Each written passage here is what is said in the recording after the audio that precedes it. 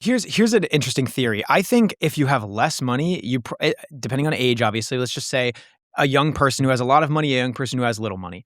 The person who has less money should probably be a little bit more aggressive because to them, you can't really do anything with $10,000. What's your definition? Like if you don't think the S&P is aggressive? You think only the Qs? What do you think? Yeah, you could be more tech heavy. You could maybe have a couple stocks that if they end up doing well, more risk capital. He's going to say like NVIDIA, Hood, But wouldn't you argue that if you there's have some recency bias to that analysis? Well, you'd say if someone has $20 million and you'd say, oh, well, you should have tax-free muni bonds. You should have, a little bit of this, a little bit of that. International index funds, stuff that's more oriented towards capital preservation, because once you have $10 million, you've won the game. There's nothing in your life that for a normal person that you want that you can't afford. But if you have $10,000, you can't raise a family. You can't afford a new car if you need one. Let's say your car breaks. You might have a hard time transporting yourself around the city.